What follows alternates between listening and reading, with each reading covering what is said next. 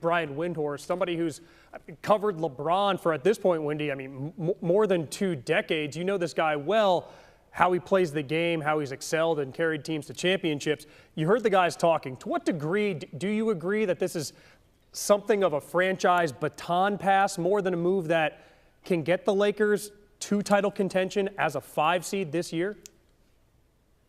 This is not really about the Lakers. It's not really about LeBron. This is about the Dallas Mavericks and Luca Doncic. This move, in the moment here, believe is one of the most stunning trades, one of the biggest and most stunning trades in the history of the league. And obviously, because it is involving a legacy franchise and a legacy player like the Lakers and LeBron, we're going to tend to focus on that. But that's not where the fascinating part is here, is my phone has exploded with agents and executives and players and all people with the game. The focus in the league is the Dallas Mavericks' decision to trade Luca Doncic here.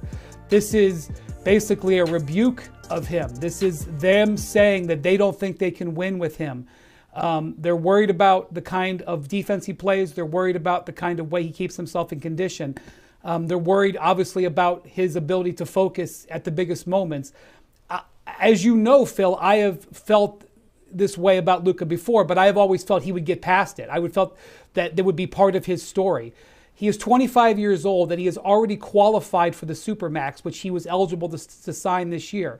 There was no way he wasn't going to sign that contract. He was going to be committed to the Dallas Mavericks. This was a player who was locked in. It was going to be a question of, could he win 2 or 3 MVPs? Could he win 1 or multiple championships? And it was the Dallas Mavericks who are pulling the plug on that. And not only that, they are not auctioning him off. They are not letting the league know, come to us with your highest bid. This was a pocket deal. This was like a $1 billion mansion changing hands where there was only one bidder as far as we know. And not only that, they didn't even get the entire package from the Lakers. Yes, they got Anthony Davis. They didn't get Austin Reeves. They only got one of the 2 first-round picks. The Lakers are still holding a first-round pick. How can you trade Luca Doncic and not have the second first-round pick? I mean, that's a minor footnote. Okay, now let me switch over to the Lakers, because the Mavericks side of this is the far, far more fascinating move. Far, far, far more fascinating move. But okay, switch to the Lakers. LeBron has dreamed about playing with Luca Doncic for years.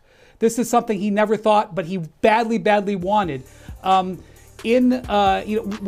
Luca was deciding where he was going to go within Nike, LeBron pressed him very hard to come to his shoe brand within Nike. He ended up going with the Jordan brand, but he was trying to recruit him then. He saw a vision of the 2 of them playing together. A couple of years ago, Kyrie Irving tried to get LeBron to figure out a way to get to Dallas. And LeBron said, no, Kyrie, come to LA. But, the reason that Kyrie wanted to think to see if that was possible when LeBron was a free agent was because he knew that the Luka-LeBron connection was there. So I'd have to think about it and see them play together. But this, while LeBron is losing a teammate that he's won a championship with, and I'm sure when he was brought with this, he was in shock. I haven't spoken to him or heard from him, but I have to assume that he will have a lot of excitement because he has dreamed of this, and I'm sure he thought it was never going to happen in his career. Perk, what do you think about all that? It's a lot to we're all digesting this together. Well, I'm looking at it right now, and the fact is that it seemed like the Dallas Mavericks was fed up with Luka. And this is a message to the rest of the league and to a lot of young guys that you have to be professional. No matter how good you are, you have to show a level of professionalism. And let's be real, Luca Doncic has a history of being out of shape. He has a history of having soft tissue injuries. Why? Because he's not taking care of his body. We saw last year when they were deep in the playoffs that, the great Michael Finley had to go pull a beer from his hand. So at the end of the day, look, I'm going to say this. The Dallas Mavericks has put themselves in a win-now situation, in a great situation.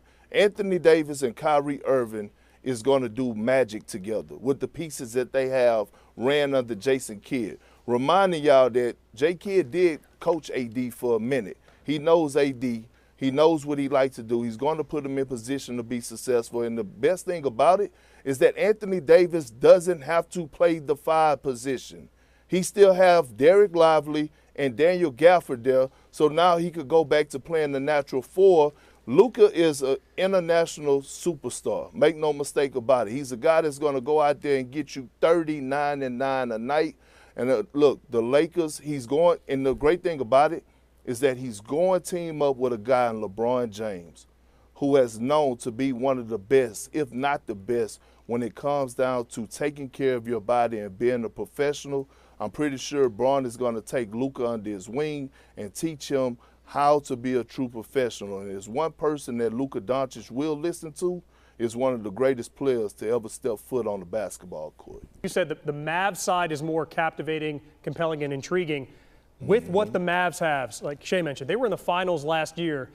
Does this put them in a position to surpass OKC, Houston, Memphis, some of those other Western Conference teams that are currently ahead of them on the ladder? I don't know, man. I will say this. I will say this. Anthony Davis went on the record with Shams a couple of days ago and said, I don't want to play center. And now he's going to a situation where he can be the power forward. The Mavericks have a bunch of giants. Derek Lively is their franchise center. AD will be able to play power forward, which is what he wants. He will be able to play alongside Kyrie Irving.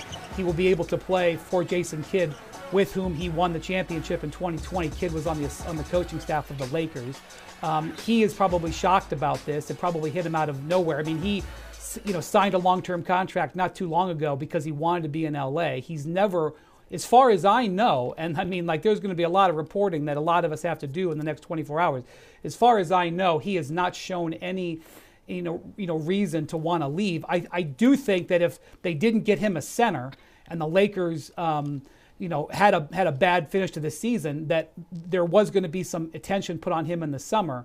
But I don't think the Lakers were looking to do this. I think the phone rang from Dallas and saying, do you want Luca Doncic? And the Lakers said, a 25-year-old who is potentially a multi-time MVP, yes, we will take him with the Los Angeles Lakers. And I think they traded out a 31-year-old for a 25-year-old. I don't think it's much about them. I think it's a no-brainer for them. And it's a phenomenal situation. I've never really seen anything like this before. Never really seen anything like this, and on a Saturday night. We really appreciate it. Perk, thank you. Wendy, thank you.